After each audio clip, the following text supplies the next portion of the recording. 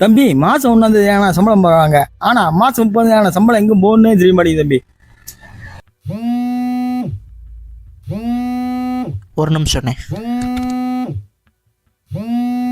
Hello, சொல்லுமா. ஏன்பா போன மாசம் 1500 ரூபாய்க்கு ஒரு பொருள் வாங்கணுமே, அது என்னப்பா? அதுவா, இந்த ஒரு நிமிஷமா பார்த்து சொல்கிறேன்.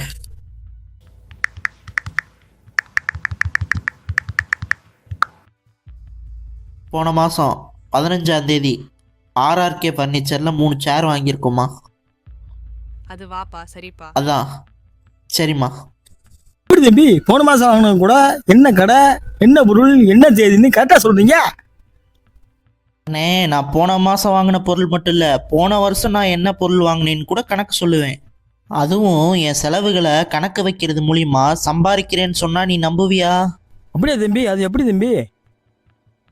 சம்பாதிக்கிறத பற்றி அண்ணனுக்கு மட்டும் இல்லை, உங்களுக்கும் தெரியணும்னா கீழே கமெண்ட் பண்ணுங்க.